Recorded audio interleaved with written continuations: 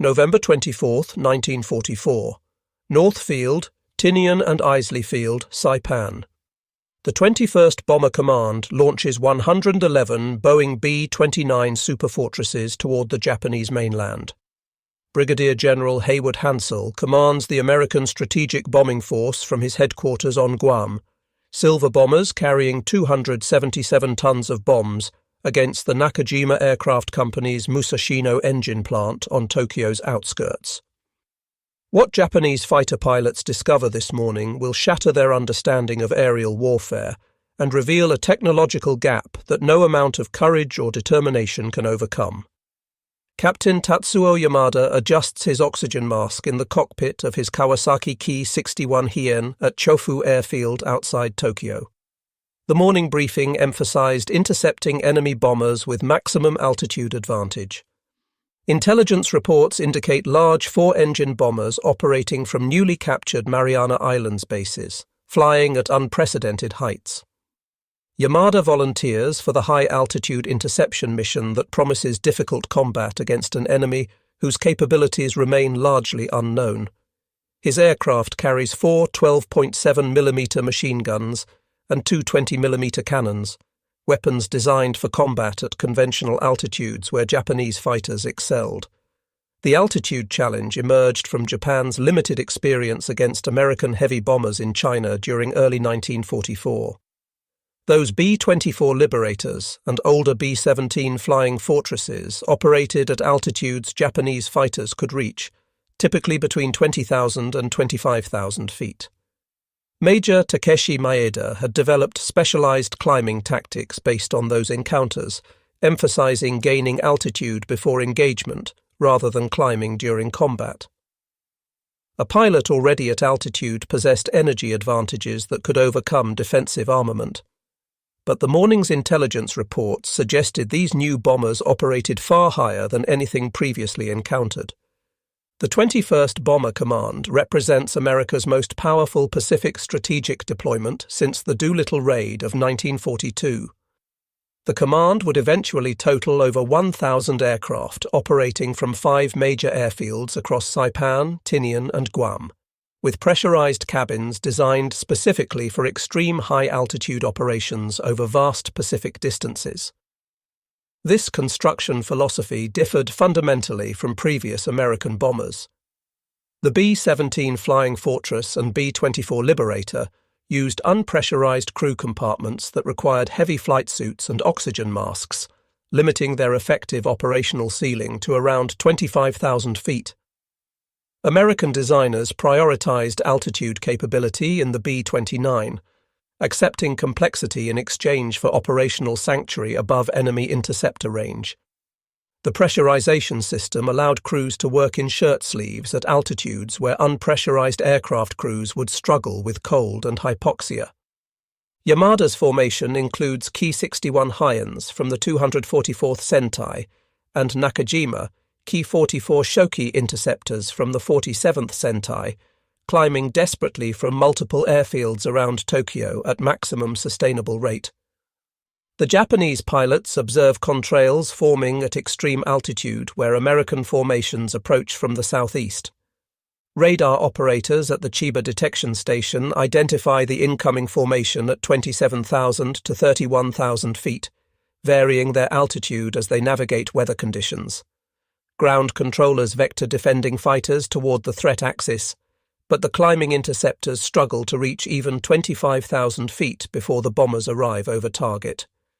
The technological disparity becomes immediately apparent as opposing forces attempt engagement for the first time. Yamada flies an aircraft designed in 1941 for medium-altitude combat against Chinese and early Pacific War opposition. His Ki-61 weighs 7,650 pounds, with a 1,175 horsepower Kawasaki Ha-40 liquid-cooled engine, providing 368 miles per hour maximum speed at 16,400 feet. While specifications claim a service ceiling of 36,000 feet, actual combat performance degrades severely above 28,000 feet. The engine loses power dramatically in thin atmosphere, while control surfaces become increasingly sluggish. Self-sealing fuel tanks and pilot armour had been incorporated following combat experience, adding weight that further reduced altitude performance. The Ki-44 interceptors from the 47th Sentai attempt reaching the bomber formation, which varies between 27,000 and 30,000 feet altitude depending on weather conditions. These fighters, specifically designed for high-altitude interception with superior climb rates, struggle desperately in the thin atmosphere. Engines overheat while producing a fraction of their sea-level power, and pilots gasp through inadequate oxygen systems that were designed for shorter engagements at lower altitudes. The interceptors manage to reach 28,000 feet before most begin stalling, still thousands of feet below many of the bombers. Those few fighters that achieve sufficient altitude lack the energy for sustained engagement. Control surfaces barely respond in rarefied air, while engines strain beyond design limits. The B-29s maintain formation integrity at their operational altitude, crews working comfortably in pressurized compartments without the heavy flight suits or cumbersome oxygen masks that handicapped previous bomber operations. Captain Robert Morgan commands the lead Superfortress Dauntless Dottie, as Navigator Captain Theodore Van Kirk identifies the primary target through the Norden bomb site. The bomber's 4 Wright R350 engines generate 2,200 horsepower each, maintaining over 300 miles per hour true airspeed at operational altitude despite the thin air. Turbo superchargers compress the thin atmosphere, maintaining engine power where naturally aspirated engines fail. The pressurized compartments connect through a tunnel over the bomb bays, allowing crew movement without altitude suits. This design enables sustained operations at altitudes previously impossible for combat aircraft. The central fire control system coordinates defensive armament through analog computers, tracking multiple targets simultaneously, while gunners operate from comfortable positions. Yamada pushes his Ki-61 to absolute ceiling, the airspeed indicator showing barely 180 miles per hour as the fighter wallows in thin atmosphere approaching 30,000 feet. His pre-war training never anticipated combat at such altitudes. The mission briefing emphasized attacking from above using diving passes to maintain energy, but reaching position above the bombers proves impossible. Japanese doctrine developed against unescorted B-17s and B-24s operating at moderate altitudes proves completely inadequate. The Haiyan sustains 30,000 feet for mere seconds before stalling, forcing recovery that costs 3,000 feet of altitude. Multiple attempts achieve similar results as engine temperature gauges exceed red line limits and oil pressure fluctuates dangerously. Yamada observes bomber contrails passing overhead, their defensive guns tracking his fighter, but not firing due to extreme range. The altitude gulf prevents any meaningful engagement, despite desperate Japanese efforts and early warning of the raid. That morning, only 40 Japanese fighters managed to make any attacks on the bomber formation, most achieving just single firing passes before losing energy. Machine gun rounds fired in climbing attacks lose velocity rapidly in thin air, many falling short of targets. The few fighters reaching effective firing position possess insufficient energy for sustained engagement, managing only brief bursts before stalling away. Anti-aircraft shells explode thousands of feet below the bombers, despite maximum elevation settings on the guns.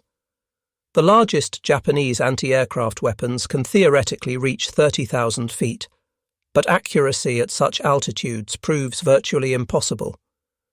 The November 24th raid marks the first mass B-29 attack on Tokyo since the symbolic Doolittle raid 31 months earlier. The formation maintains course toward the Nakajima Aircraft Company's Musashino engine plant, Japan's most important aircraft engine manufacturing facility. Chief Bombardier Lieutenant Coleman releases his bombs on signal, followed by other aircraft dropping in sequence from their varying altitudes. Due to powerful jet stream winds discovered at altitude, reaching over 200 miles per hour, only 24 aircraft hit the primary target, with others bombing secondary targets or missing entirely. Yet the psychological impact proves profound. The bombs fall from unprecedented altitude, while Japanese fighters circle helplessly below, unable to reach the attackers. Ground observers watch vapor trails crossing Tokyo's sky at previously unimaginable altitude, beyond reach of defending fighters. Lieutenant Kenji Tanaka coordinates fighter operations from sector control, receiving frustrated reports from interceptor squadrons. Pilots report engines failing, controls becoming ineffective, and inability to sustain altitude necessary for interception. The bombers proceed through Japanese airspace, suffering only one loss, to a ramming attack by a damaged fighter in a suicidal gesture of desperation. Defending pilots expend fuel in futile climb attempts, most returning to base without ever reaching firing range. The technological superiority displayed shocks Japanese military leadership and pilots alike. The 21st Bomber Command concludes its first Tokyo mission with minimal damage from defences, though mechanical issues force several B-29s to divert or ditch in the Pacific. Japanese fighters claim only one confirmed victory through ramming, while bomber gunners claim 5 Japanese fighters destroyed. The altitude sanctuary contradicts every Japanese expectation based on intercepting lower-flying bombers from China bases. This operational failure stems from fundamental misunderstanding of American bomber capabilities and the revolutionary nature of the B-29's design.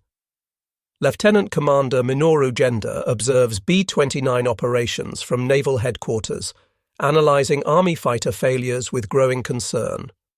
His intelligence reports emphasize the unprecedented bomber altitude that exceeds Japanese interceptor capabilities by significant margins. Even the Navy's latest fighters cannot effectively engage at such heights. The strategic implications suggest requirements for completely new aircraft designs or alternative defensive methods, but Japan lacks time and resources for such development.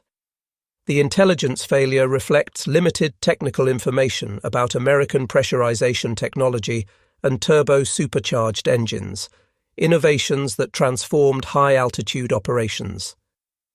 Japanese planning had assumed enemy bombers would operate at conventional altitudes below 25,000 feet, based on all previous experience. The B-29's pressurized cabin concept remained poorly understood by imperial military analysts, who failed to grasp its implications for combat operations.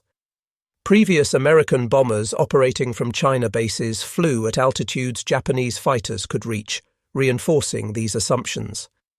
December 3, 1944, brings another concentrated B-29 attack against Tokyo, with 86 aircraft targeting the same Musashino plant. The Japanese response evolves based on the November experience. Captain Teruhiko Kobayashi of the elite 244th Sentai implements new tactics, positioning his fighters at maximum altitude before the bombers arrive, hoping to dive on them with energy advantage. But even starting from optimal position, the Ki-61s cannot reach bomber altitude. The formation includes specially modified interceptors with reduced armor, removed radios, and minimal ammunition to save weight. These stripped fighters achieve marginally better altitude, but still fall short of effective engagement height. Lieutenant Saburo Hayashi leads a specialized ramming unit called Hagakure Tai, formed from volunteer pilots willing to sacrifice themselves. The unit's aircraft strip all unnecessary weight, including most armament and armor protection, carrying only enough fuel for one-way missions to achieve maximum altitude. The modified Ki-61 fighters climb toward the approaching formation with emergency boost engaged, accepting certain engine damage. Manifold pressure exceeds manufacturer limits while cylinder head temperatures approach failure point. Pilots pre-breathe pure oxygen for 30 minutes before takeoff, but the inadequate oxygen systems still cause hypoxia symptoms during extreme altitude attempts. Most fighters stall around 30,000 feet, still below effective engagement altitude. Sergeant Masao Itagaki achieves 31,500 feet in his lightened Ki-61 before attempting a ramming attack against a straggling B-29. The bomber's defensive guns fire continuously, as the fighter approaches from below in a zoom climb. Multiple 50 caliber rounds strike the Ki-61, but Itagaki maintains his collision course. At the last moment, his fighter loses energy, stalling 500 feet below target before entering an uncontrollable spin. The pilot recovers at 20,000 feet, his aircraft too damaged and lacking fuel to attempt another climb. The ramming attacks achieve occasional successes when bombers descend due to mechanical problems, but cannot systematically counter the high-altitude threat. Through December 1944, B-29 losses remain minimal, while Japanese cities begin suffering strategic damage. The defending pilots experience profound frustration, watching their homeland attacked while remaining powerless to intervene effectively. Traditional samurai warrior spirit proves meaningless against technological barriers preventing combat engagement. Pilots report feelings of helplessness and shame at their inability to protect Japan despite willingness to sacrifice their lives. Major General Curtis LeMay assumes command of the 21st Bomber Command in January 1945, analyzing high-altitude daylight raid effectiveness with his characteristic intensity. Initial missions achieve poor accuracy due to the jet stream winds discovered at bombing altitude, sometimes exceeding 250 miles per hour. These winds, unknown before B-29 operations, push bombers rapidly across targets, making accurate bombing nearly impossible. Navigation proves difficult while bombs drift miles from intended targets regardless of bombardier skill. Cloud cover frequently obscures targets during winter months, forcing radar bombing with minimal precision. The combination of factors means less than 10% of bombs hit intended targets. LeMay faces pressure from Washington to produce better results. After analyzing the tactical situation, he implements a revolutionary change in March 1945, ordering low-altitude night incendiary attacks against urban areas. This decision transforms the air war over Japan. B-29s strip defensive armament except tailguns, carrying maximum incendiary bomb loads. The altitude reduction from 30,000 feet to 5,000 to 9,000 feet eliminates the jet stream problem while bringing bombers within range of Japanese defenses. The tactical shift means Japanese fighters can suddenly achieve effective interception altitude, fundamentally changing combat dynamics. March 9, 1945, witnesses Operation Meeting House, the devastating Tokyo firebombing mission that reshapes strategic bombing doctrine. The attack force of 334 B-29s approaches at 5,000 to 9,000 feet altitude, finally within reach of all Japanese fighter types. Night conditions and the unexpected tactical change initially confuse Japanese defenses. Lieutenant Yoshio Mitsuyoshi scrambles in his Nakajima Ki-44 from Matsudo Airfield, finally able to reach bomber altitude without difficulty. But night combat presents entirely different challenges. Without airborne radar or effective ground control, Japanese fighters struggle to locate targets in darkness. Searchlights illuminate individual bombers, while anti-aircraft guns engage at point-blank range for the first time. Ki-44s and Ki-61s conduct desperate single attacks without radio coordination or formation support. Mitsuyoshi achieves multiple firing passes against B-29s, observing hits on engine nacelles and fuselages. Several bombers stream flames and lose altitude, but most continue to their targets despite damage. The Superfortresses demonstrate remarkable durability, absorbing tremendous punishment while proceeding to targets. Remote-controlled turrets engage attacking fighters with radar-directed fire in darkness, proving surprisingly effective. Japanese pilots, trained for daylight combat, struggle with night engagement techniques.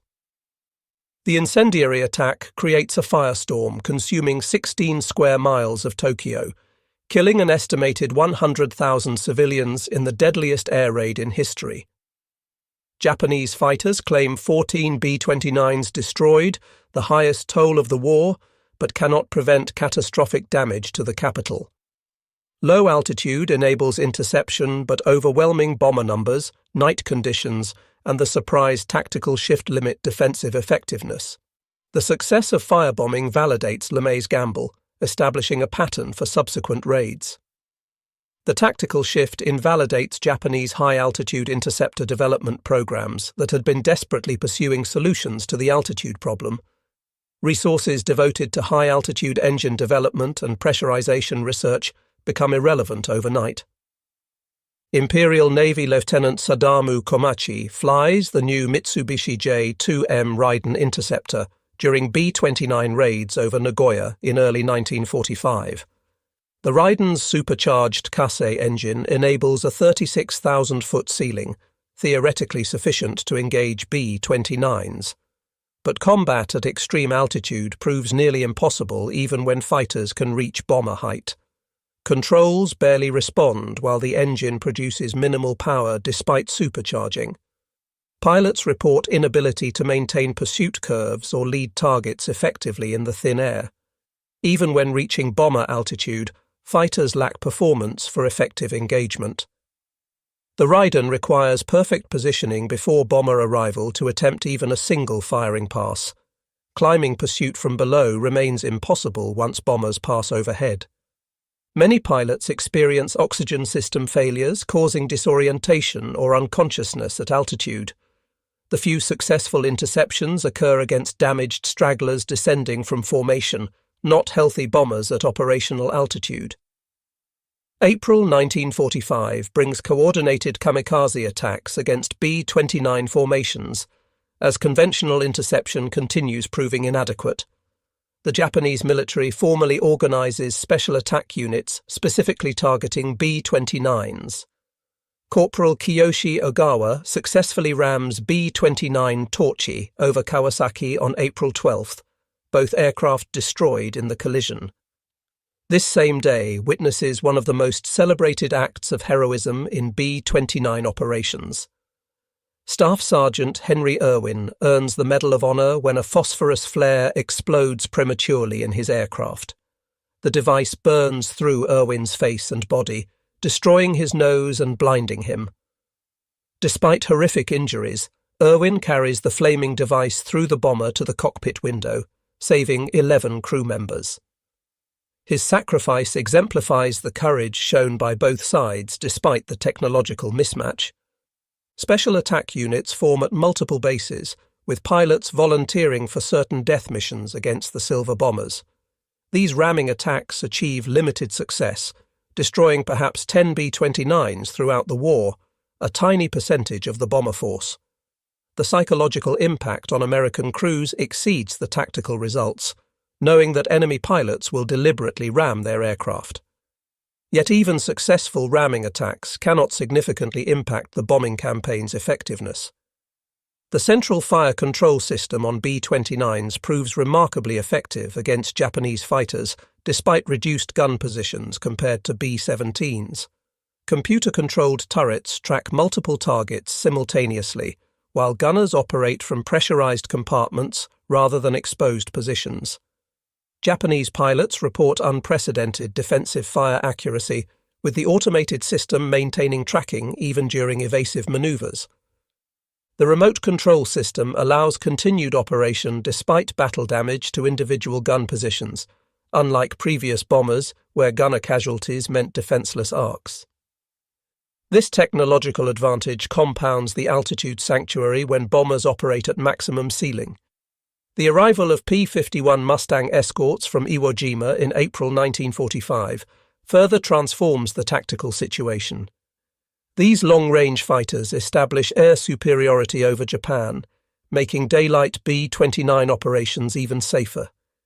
Japanese interceptors must now contend with aggressive escort fighters while attempting bomber engagement. The few fighters that penetrate the escort screen find themselves pursued while trying to position for bomber attacks. Captain Yasuhiko Kuroe commands the 64th Sentai equipped with new Nakajima-Ki 84 Hayate fighters, Japan's most advanced operational fighter. The Ki-84 achieves better altitude performance than earlier types, with a service ceiling of 34,450 feet under ideal conditions. Maximum sustained altitude reaches about 32,000 feet with reduced armament and minimal fuel load. Pilots report adequate performance up to 28,000 feet before dramatic power degradation occurs.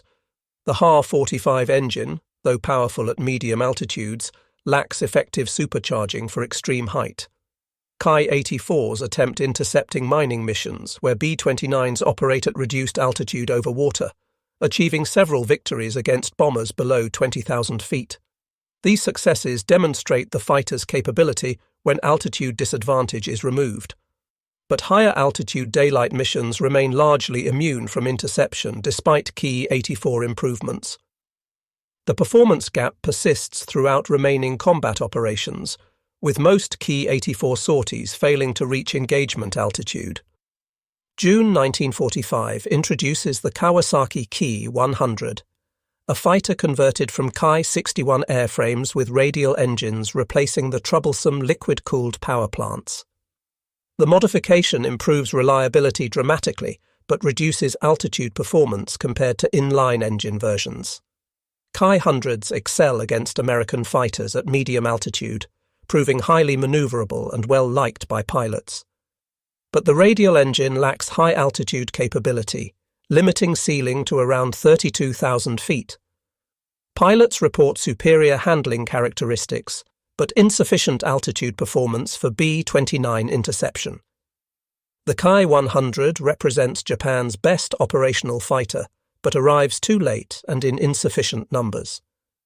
Japanese aircraft industry produces various specialized high-altitude interceptor prototypes throughout 1945. The Mitsubishi Ki-83 twin-engine fighter promises exceptional altitude performance with turbo-supercharged engines. The Kawasaki Ki-102 heavy fighter carries powerful armament specifically for bomber destruction. Development programs suffer from material shortages, particularly high-grade aluminum and special alloys needed for superchargers. Manufacturing difficulties prevent operational deployment before war's end, with most prototypes destroyed in bombing raids. B-29 attacks systematically destroy aircraft factories and engine plants, eliminating production capability.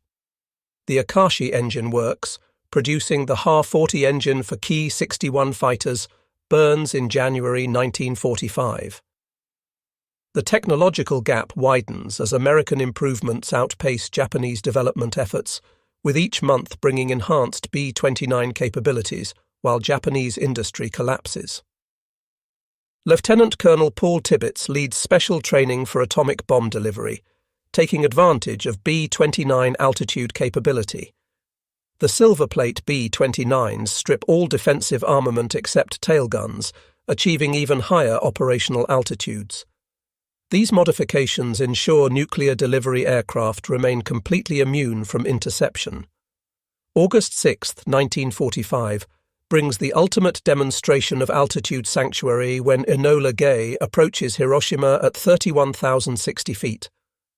Japanese fighters launch from nearby bases but cannot reach the lone bomber's altitude. Lieutenant Matsuo Yasui climbs desperately in his Ki-61, struggling to reach the enemy. His fighter achieves 29,000 feet before stalling, still 2,000 feet below the bomber. Other interceptors fare no better, with most failing to exceed 27,000 feet despite perfect weather conditions. The atomic explosion occurs while fighters circle helplessly below, unable to intervene or even identify the special nature of the weapon. Similar failure occurs August 9th when Bockscar delivers the second atomic weapon over Nagasaki.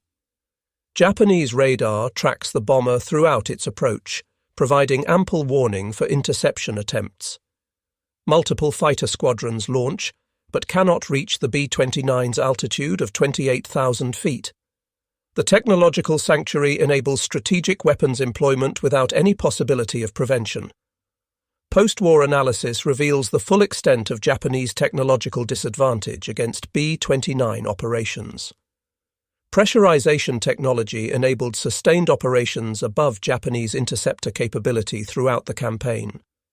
American crews worked efficiently at altitudes where Japanese pilots could barely survive.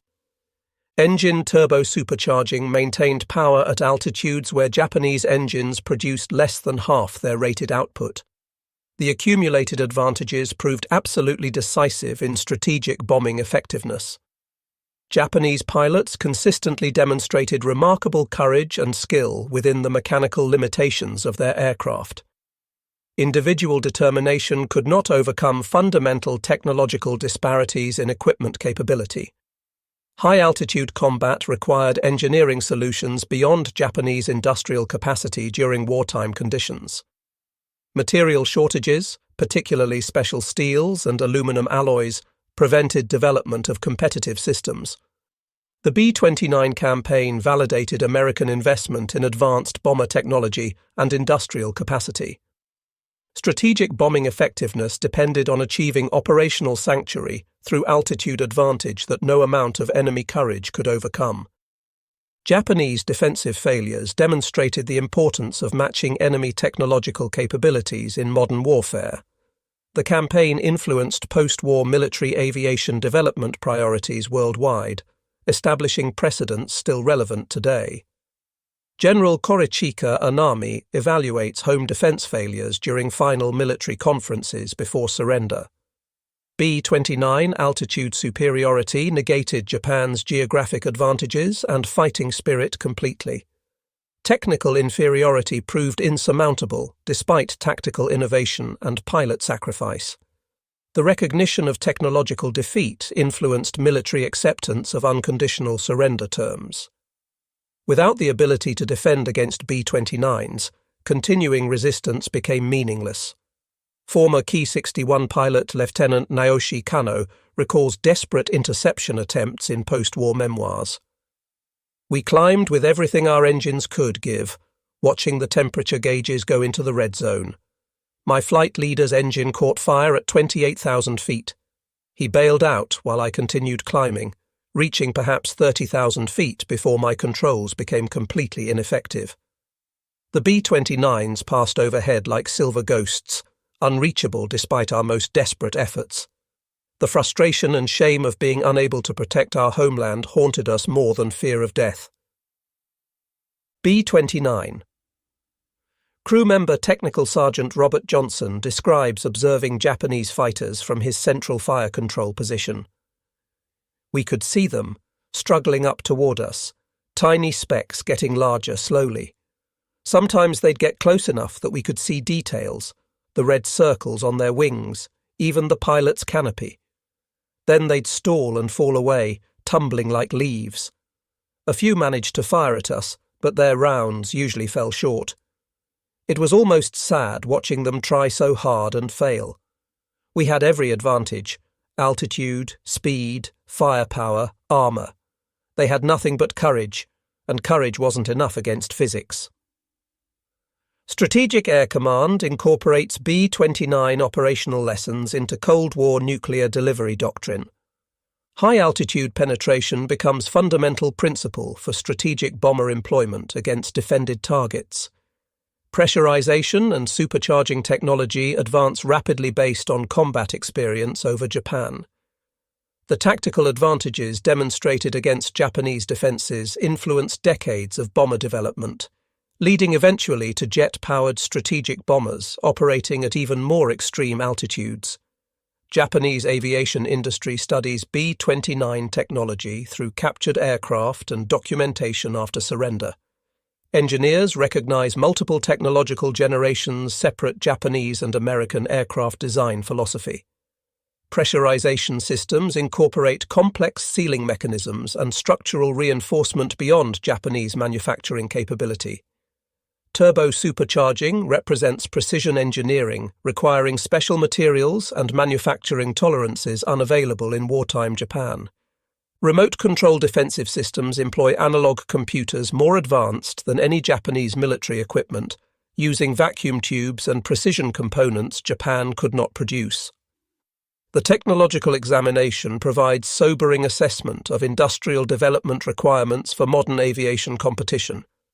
Veteran B-29 pilot Colonel Paul Tibbets reflects on altitude advantage during atomic missions. Flying above enemy fighter capability enabled precise navigation to target without defensive concerns. We knew Japanese fighters couldn't reach us, which allowed complete focus on the mission. The technological sanctuary proved absolute. They could see us, track us on radar, but couldn't touch us. It was like being behind bulletproof glass. Their inability to intercept guaranteed atomic mission success regardless of early warning or preparation. Ki-84 pilot. Captain Iwao Hayashi describes attempting B-29 interception during war's final months. Despite flying Japan's most advanced fighter, reaching bomber altitude remained nearly impossible. The engine would cough and sputter above 30,000 feet, barely producing enough power to maintain flight. Controls became mushy like flying through molasses. We'd make one pass if lucky, firing a short burst before stalling. Watching them continue unharmed while our cities burned below created a sense of helplessness I'll never forget. Analysis of crashed B-29s reveals sophisticated construction exceeding Japanese manufacturing capabilities entirely. Pressurized compartment design incorporates complex sealing systems using synthetic rubber compounds Japan could not produce. Structural reinforcement for pressurization requires precision welding techniques and quality control beyond Japanese standards. Remote turret control systems employ analog computers using vacuum tube technology more advanced than any Japanese military equipment. The servo mechanisms for gun control demonstrate precision manufacturing unavailable in Japanese industry. Even basic components like electrical wiring use materials and insulation superior to Japanese equivalents. Major Toshio Sakagawa commands the 244th Sentai during B-29 offensive, recording unit combat experiences. My pilots were among Japan's best, with years of combat experience. Yet we achieved virtually nothing against B-29s at altitude. Our combat reports consistently describe the same failure: climbing desperately, reaching perhaps 28,000 or 29,000 feet, engines failing, controls becoming ineffective, then watching helplessly as bombers passed overhead. The technological defeat was complete and humiliating. B-29 Bombardier Lieutenant Marcus McDilder observes Japanese fighter attempts during missions over Osaka. The Japanese pilots showed incredible determination. We'd watch them climbing toward us for 15 or 20 minutes, struggling higher and higher. Some would try zoom climbs, trading speed for altitude in desperate attempts to reach us. They'd fire a few rounds, usually falling short, then stall and spin away. Our gunners rarely needed to fire. The altitude was better protection than any armor or weapons. It was a completely one-sided fight determined by technology, not courage. Japanese military attaché reports from Germany describe Luftwaffe difficulties intercepting high-altitude Allied bombers, providing context for Japan's struggles. Even with superior engines and technology, German fighters faced challenges engaging bombers above 25,000 feet. Mi-262 jet fighters achieve limited success through speed and altitude performance advantages unavailable to Japan. Japanese industry cannot develop equivalent jet technology before war's end, despite recognizing the requirement. Attempts to copy German designs fail due to lack of special materials and manufacturing expertise. The technological gap proves unbridgeable given resource limitations and strategic bombing damage to industry. Colonel John Montgomery leads the 9th Bombardment Group missions from Tinian, observing Japanese defensive evolution. Initially, they tried mass interceptions, sending up everything that could fly. By spring 1945, they'd largely given up on daylight high-altitude interceptions. They concentrated on night raids when we came in low with incendiaries. Smart adaptation, but too late to matter. The altitude advantage we enjoyed for most of the campaign meant we could destroy their industry almost unopposed. Maintenance Officer Captain Hiroshi Fujiwara documents chronic problems with Japanese high-altitude fighter operations in technical reports. Engine failures increased exponentially during maximum altitude attempts. The Ha-40 engine in Ki-61s would overheat within minutes at full throttle above 25,000 feet. Oil pressure dropped, coolant boiled despite radiator modifications.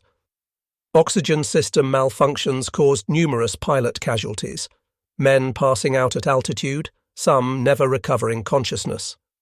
Frostbite became common as pilots removed gloves to manipulate controls at extreme altitude. The cumulative mechanical failures made sustained high-altitude operations impossible, regardless of pilot determination. B-29, Engineer Staff Sergeant James Pearson, monitors pressurization systems during combat missions. The cabin altitude stayed at a comfortable 8,000 feet, equivalent while we cruised above 30,000. We worked in shirt sleeves, moving freely between stations. Meanwhile, Japanese pilots were struggling with frozen controls, inadequate oxygen, and engines that could barely function. The technological mismatch was absolute. It wasn't a fair fight, it was barely a fight at all. Japanese radar operator Corporal Shigeo Yamamoto tracks B-29 formations approaching at unprecedented altitude. Our equipment could track them from hundreds of miles away, giving our fighters plenty of warning. But warning meant nothing when our planes couldn't reach bombing altitude. I'd vector fighters toward intercept points, knowing they'd fail. Pilots would report maximum altitude achieved, usually 27,000 or 28,000 feet, then watch bombers pass overhead at 31,000. The frustration in their voices was heartbreaking. We had the will, but not the means. Final Japanese military assessments acknowledge complete failure defending against B-29 high-altitude operations. Despite geographic advantages, warrior spirit and early warning capabilities, technological inferiority prevented effective homeland defense. Industrial capacity limitations made matching American bomber technology impossible during wartime. The recognition of technological defeat influenced military support for surrender negotiations, acknowledging that continuing resistance could not prevent Japan's destruction from the air. Lieutenant Kuniyoshi Tanaka flies final interception sortie August 14, 1945, against reconnaissance B-29 conducting damage assessment photography. His Ki-100 fighter achieves 28,000 feet before engine power loss forces descent, typical of hundreds of failed interceptions. The photo reconnaissance aircraft proceeds unmolested at 35,000 feet, documenting atomic bomb damage for American intelligence. The mission symbolizes continuing technological inability to counter American strategic aviation superiority, even in war's final hours. B-29 radio operator Sergeant William Abel monitors Japanese fighter control frequencies during missions, providing insight into enemy frustration. We could hear their ground controllers vectoring fighters toward us, giving altitude and heading information. Then the pilots would report they couldn't climb any higher, engines overheating, losing power. Sometimes you'd hear anger, sometimes resignation. They knew where we were, knew what we were doing, but couldn't stop us. Technology determined everything. The United States Strategic Bombing Survey conducts extensive analysis of Japanese fighter effectiveness against B-29 operations. High-altitude daylight raids suffered minimal losses to fighter interception throughout the campaign. Approximately 50 B-29s lost to fighters from over 30,000 individual sorties, a loss rate of less than 0.2%. Japanese fighters proved effective only when B-29s operated at reduced altitude due to mechanical problems or tactical requirements. The statistics validate altitude sanctuary effectiveness against contemporary interceptor technology. Former Imperial Japanese Navy Commander Masatake Okumiya evaluates strategic bombing defense failures in post-war analysis. The B-29's altitude capability exceeded our intelligence estimates by at least 5,000 feet. We expected maximum operating altitudes around 26,000 feet, based on B-17 and B-24 performance. When they routinely operated above 30,000 feet, our entire defensive strategy collapsed.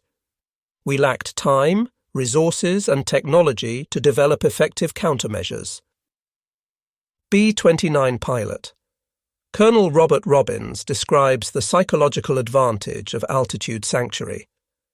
Knowing enemy fighters couldn't reach us changed everything. We flew straight and level to targets, no evasive maneuvering needed. Bombardiers had stable platforms for accurate sighting.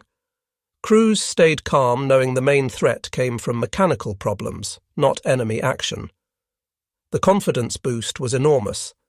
We owned the sky above 30,000 feet, and everyone knew it.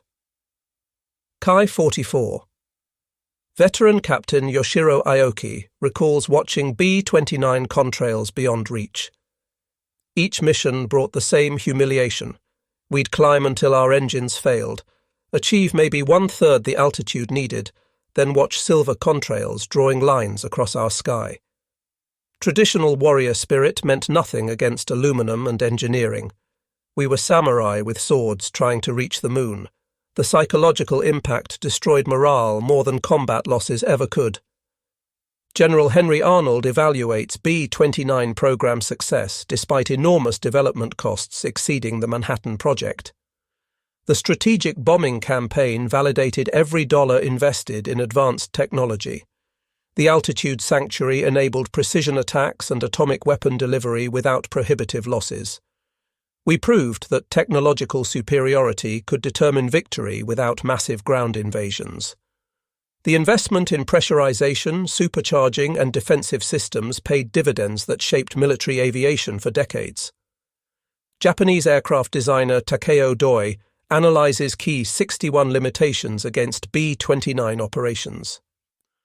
Our fighter was optimized for combat between 15,000 and 25,000 feet, where most aerial combat occurred. We never anticipated bombers operating routinely above 30,000 feet. Modifying existing designs proved impossible. The engine, airframe, and systems were fundamentally inadequate for extreme altitude. Starting fresh would require years we didn't have and resources that no longer existed.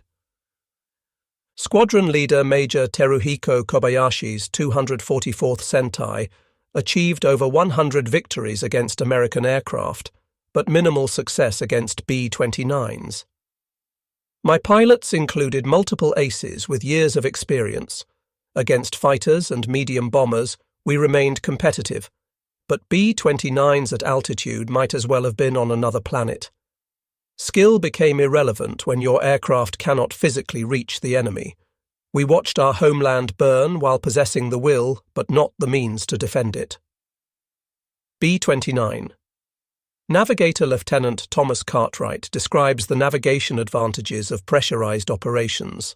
Working at altitude without oxygen masks or heavy gloves meant precise chart work and calculations. We could use all our instruments effectively, communicate clearly, move between stations as needed.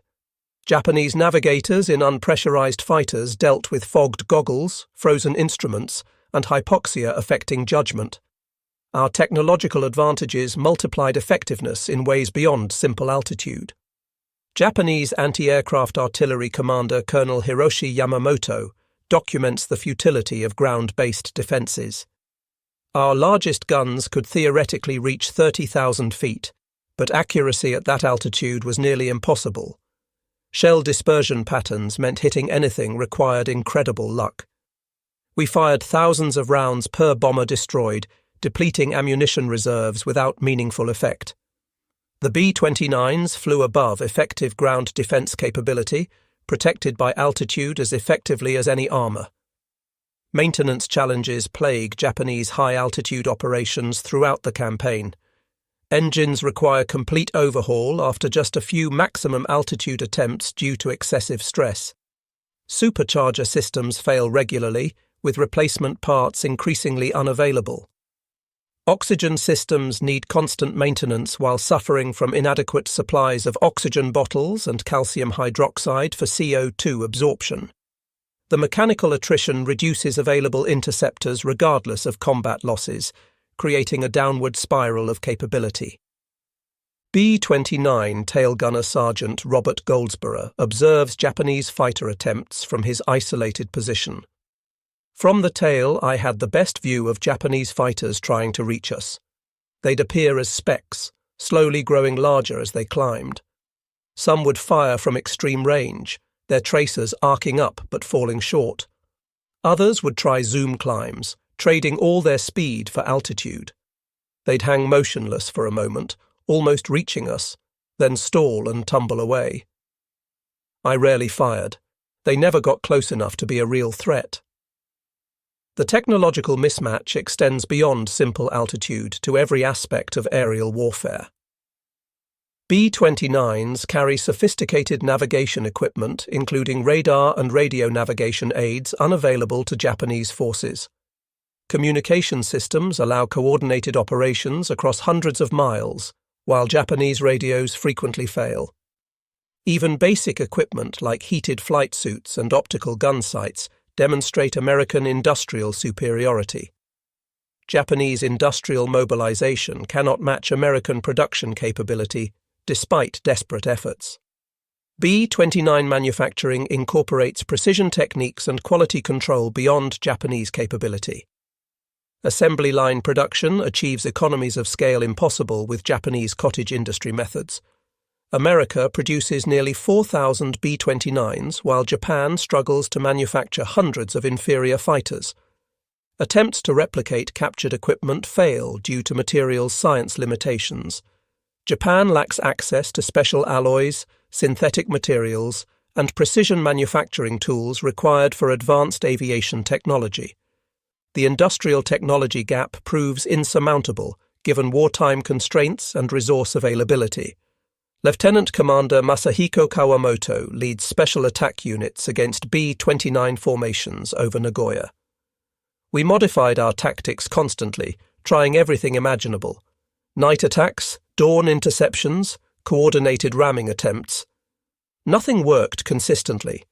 The B-29s adapted faster than we could, changing altitudes, routes, and tactics. When we finally developed techniques for night interception, they switched back to high-altitude daylight raids we couldn't reach. They held every advantage while we only had determination. Boeing engineers designed the B-29 specifically for Pacific Theater strategic bombing requirements against Japan. Extended range enables operations from distant bases beyond enemy interdiction capability. Pressurization allows routine operations at altitudes exceeding enemy interceptor performance. Defensive systems provide protection without sacrificing performance. The design philosophy prioritizes technological advantage over traditional bomber characteristics, creating a weapon system rather than just an aircraft. Post-war aviation development incorporates lessons from B-29 operations extensively. Pressurization becomes standard for commercial aviation, directly adapted from military technology. Turbo supercharging enables routine high-altitude flight for all aircraft types. Remote control systems evolve into modern fly-by-wire technology. The technological innovations transform aviation beyond military applications, establishing foundations for modern aerospace industry. Captain Kazuo Tsunoda commands Key 84 Squadron during final Homeland Defense operations. Japan's most advanced fighter meant nothing against B-29s at altitude. Below 25,000 feet, we could fight effectively. Above that, we were helpless. Pilots would return from missions demoralized, having never fired a shot. The psychological damage exceeded our aircraft losses. We knew we were beaten technologically, which meant we were beaten completely. The B-29 operations vindicate American strategic bombing doctrine through technological superiority demonstration. Altitude sanctuary enables systematic destruction of Japanese military industrial capacity without prohibitive losses. Strategic effects achieve decision without invasion, validating air power theories. Atomic weapon delivery succeeds due to immunity from interception at operational altitude. The campaign proves decisive air power application through technological advantage rather than mass, establishing precedents for Cold War deterrence strategy. Japanese military leadership recognizes technological defeat implications for continuing warfare. The inability to defend against B-29s demonstrates broader technological inferiority across all military capabilities. Industrial capacity cannot match American production while suffering strategic bombing damage continuously. The cumulative recognition influences Emperor Hirohito's decision, accepting unconditional surrender terms. Without means to prevent aerial destruction of Japan, continued resistance becomes pointless sacrifice. Veteran B-29 crew Chief Master Sergeant Frank Morrison maintains aircraft systems throughout Pacific Campaign. The pressurization equipment was complex but reliable when properly maintained.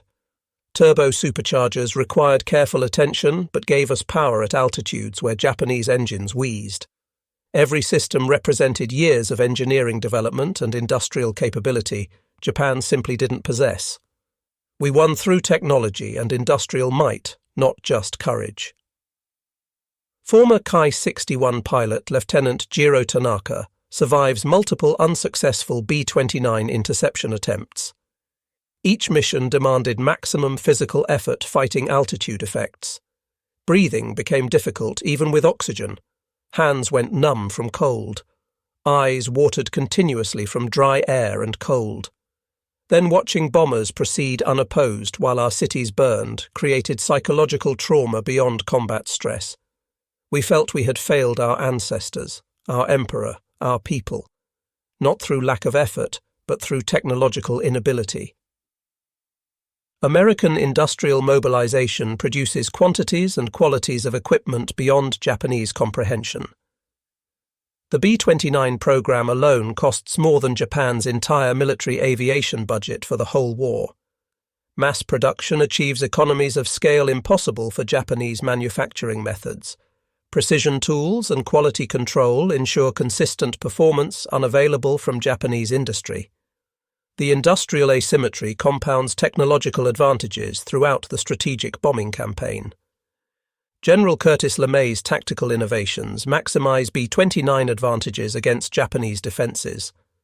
Low-altitude night raids negate altitude advantage but exploit other technological superiorities. Radar bombing, incendiary weapons, and mass formations overwhelm Japanese capabilities regardless of altitude. The flexibility to change tactics while maintaining technological superiority proves decisive. Japanese adaptation cannot overcome fundamental disadvantages in equipment and industrial capacity. The B-29 campaign transforms understanding of strategic air power application. Technology enables effects previously requiring massive ground forces. Industrial capacity becomes as important as military strategy in modern warfare. The precedents established influence military planning through the Cold War and beyond. Nuclear deterrence strategies build directly on B-29 operational experience over Japan. This comprehensive examination of Japanese fighter operations against B-29 raids reveals technology's absolutely decisive role in modern warfare. Despite extraordinary courage, tactical innovation, and desperate sacrifice, Japanese pilots could not overcome fundamental technological limitations. The altitude sanctuary provided by pressurization and turbo supercharging created an insurmountable advantage. When combined with America's industrial capacity for mass production of complex weapons systems, the technological gap proved impossible to bridge. The B-29's operational superiority over Japan vindicated American investment in advanced aviation technology, demonstrating conclusively that in modern warfare, technological advantage can prove more decisive than traditional military virtues of courage, skill, and determination. The campaign's outcome was determined in American factories and engineering offices as much as in the skies over Japan, establishing precedents that would shape military aviation development for generations to come.